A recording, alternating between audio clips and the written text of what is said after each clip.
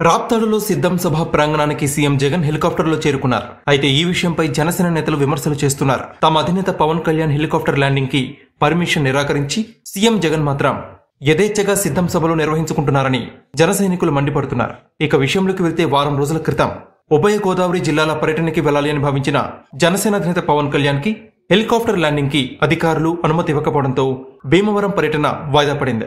పవన్ కళ్యాణ్ పర్యటనని అడ్డుకునేందుకే ప్రభుత్వం ఇలా చేస్తోంది అని జనసేన టీడీపీ సపోర్టర్స్ మండిపడుతున్నారు.